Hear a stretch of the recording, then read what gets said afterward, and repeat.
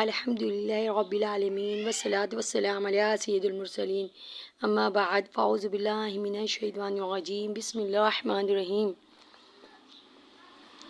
آج میرے بیان کا موضوع ہے خشوع۔ خشوع کی تعریف۔ بارگاہ الہی میں حاضری کے وقت دل کا لگ جانا یا بارگاہ الہی میں دلوں کو جھکا دینا خشوع کہلاتا ہے۔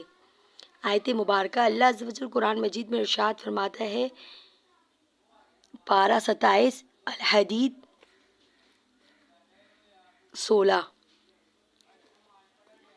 ترجمہ کنز ایمان۔ کیا ایمان والوں کو ابھی وہ وقت نہیں آیا کہ ان کے دل جھک جائیں اللہ کی یاد اور اس کے حق کے لیے جو اترا؟ ایک اور مقام میں اللہ تعالیٰ ارشاد فرماتا ہے، ترجمہ کنز ایمان پارہ 18 المومنین آیت نمبر 1 اور 2۔ بے شک مراد کو پہنچے ایمان والے جو اپنی نماز میں گڑ گڑاتے ہیں۔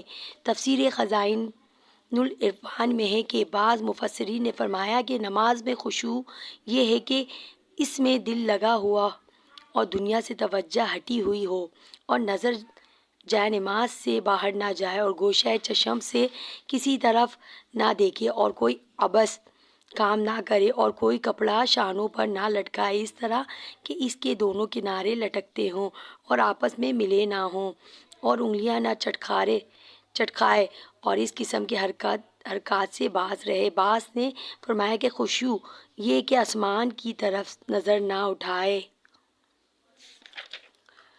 حدیث مبارکہ، جس دل میں خشوع نہ ہو اس سے پناہ۔ حضرت سیدنا زید بن ارقم رضی اللہ تعالیٰ سے روایت ہے کہ حضور نبی کریم صلی اللہ تعالیٰ علیہ وسلم نے ارشاد فرمایا، اے اللہ عز و جل، میں اس دل سے پناہ مانگتا ہوں کہ جس میں خشوع نہ ہو۔ خشوع کا حکم۔ خشوع یعنی دل کا حاضری ہونا اللہ عز و جل کی بہت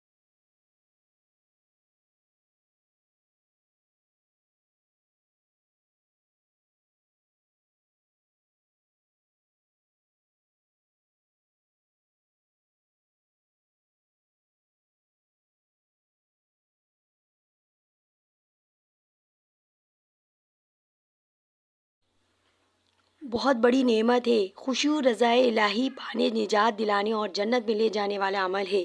جسے اپنے اعمال میں خشوع حاصل ہو جائے گا گویا اسے اخلاص نصیب ہو گیا۔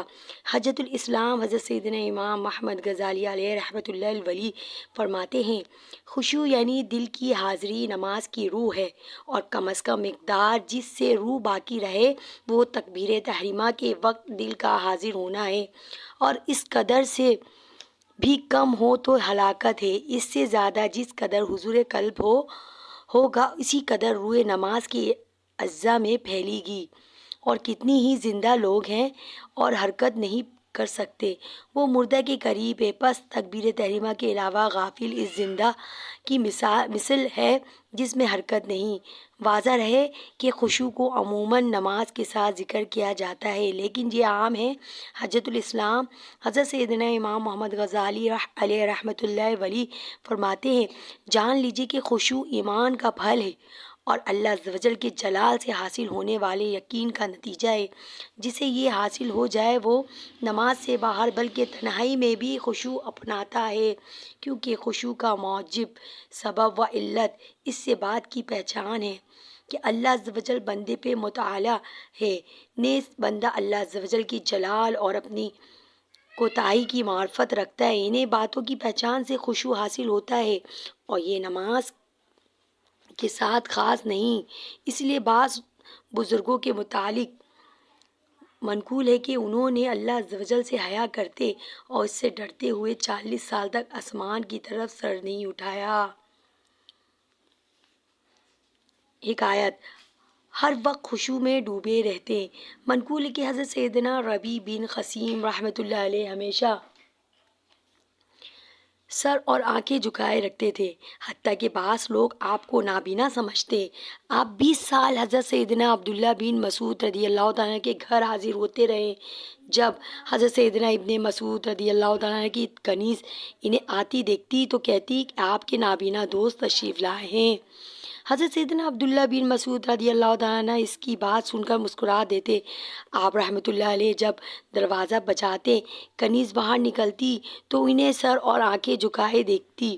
حضرت سیدنا عبداللہ بن مسعود رضی اللہ تعالیٰ عنہ جب انہیں دیکھتے تو یہ آیت مبارکہ تلاوت فرماتے، ترجمہ کنز المان: اور اے محبوب خوشی سنا دو ان تواضع والوں کو، اور فرماتے خدا عز و جل کی قسم اگر حضور انور شفیع محشر صلی اللہ تعالیٰ علیہ وسلم تمہیں دیکھتے تو تم سے خوش ہوتے۔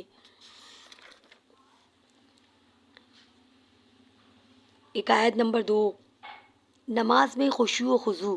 حضرت سیدنا عامر بن عبداللہ رحمۃ اللہ علیہ نہایت ہی خشوع سے نماز پڑھتے تھے۔ جب آپ نماز پڑھتے رہے ہوتے تو اکثر آپ کی بیٹی دف بجاتی اور گھر میں آنے والی عورتوں سے باتیں کرتی، لیکن آپ نہ ان کی باتیں سنتے اور نہ ہی سمجھ پاتے۔ ایک دن آپ رحمۃ اللہ علیہ سے پوچھا گیا، کیا آپ نماز میں اپنے نفس سے کوئی بات کرتے ہیں؟ تو فرمایا، ہاں، یہ بات کہ میں اللہ عز و جل کے سامنے کھڑا ہوں اور میں نے 2 گھروں میں سے ایک گھر میں لوٹنا ہے۔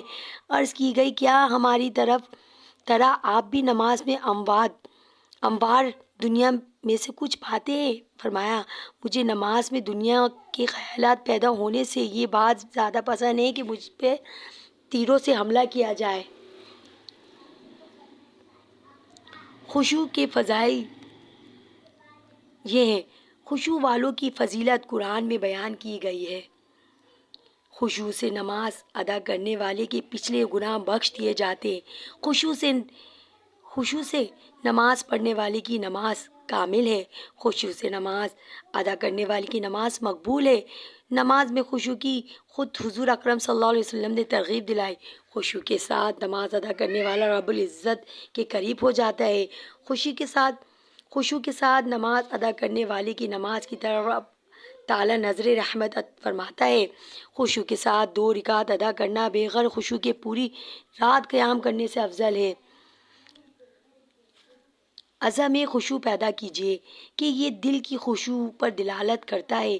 سرکار مدینہ منورہ سردار مکہ مکرمہ صلی اللہ تعالیٰ علیہ وسلم نے ایک شخص کو نماز میں اپنی داڑھی سے کھیلتے دیکھا تو ارشاد فرمایا، اگر اس کے دل میں خشوع ہوتا تو اس کی اعضاء میں بھی خشوع ہوتا۔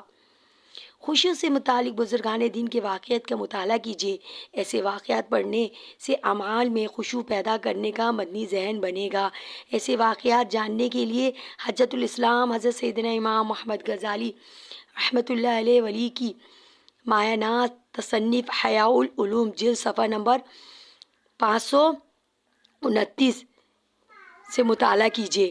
دل میں نرمی پیدا کیجیے۔ موت سے غفلت اور زیادہ کھانے سے پیٹ بھرنے کے سبب قساوت قلبی دل میں سختی پیدا ہو جاتی ہے اور یہی سختی اعمال میں خشوع کو روکتی ہے۔ لہٰذا خشوع پیدا کرنے کے لیے ضروری ہے کہ بندہ اپنے دل میں نرمی پیدا کرے۔ دل میں نرمی پیدا کرنے کا ایک طریقہ یہ بھی ہے کہ بندہ دل کی سختی کے اسباب اور علاج کی معلومات حاصل کرے۔ نماز میں جنت و جہنم کا تصور قائم کیجیے۔ جنت و جہنم کا تصور بھی خشوع پیدا کرنے کا ایک بہترین طریقہ ہے۔ چنانچہ منقول کہ حضرت سیدنا حاتم علیہ رحمۃ اللہ سے کسی نے ان کی نماز کی کیفیت کے بارے میں پوچھا تو فرمایا، جب نماز کا وقت آتا ہے تو میں کامل وضو کرتا ہوں، پھر جس جگہ نماز پڑھنے کا ارادہ ہوتا ہے وہاں آ کر بیٹھ جاتا ہوں یہاں تک کہ میری تمام اعضاء جمع ہو جاتے ہیں۔ پھر یہ تصور باندھ کر نماز کے لیے کھڑا ہوتا ہوں کہ کعبۃ اللہ مشرفات میرے سامنے، پلسرات پاؤں تلے، جنت میرے دائیں جانب، جہنم بائیں طرف اور ملک الموت علیہ السلام میرے پیچھے ہیں، اور گمان کرتا ہوں کہ یہ میری آخری نماز ہے۔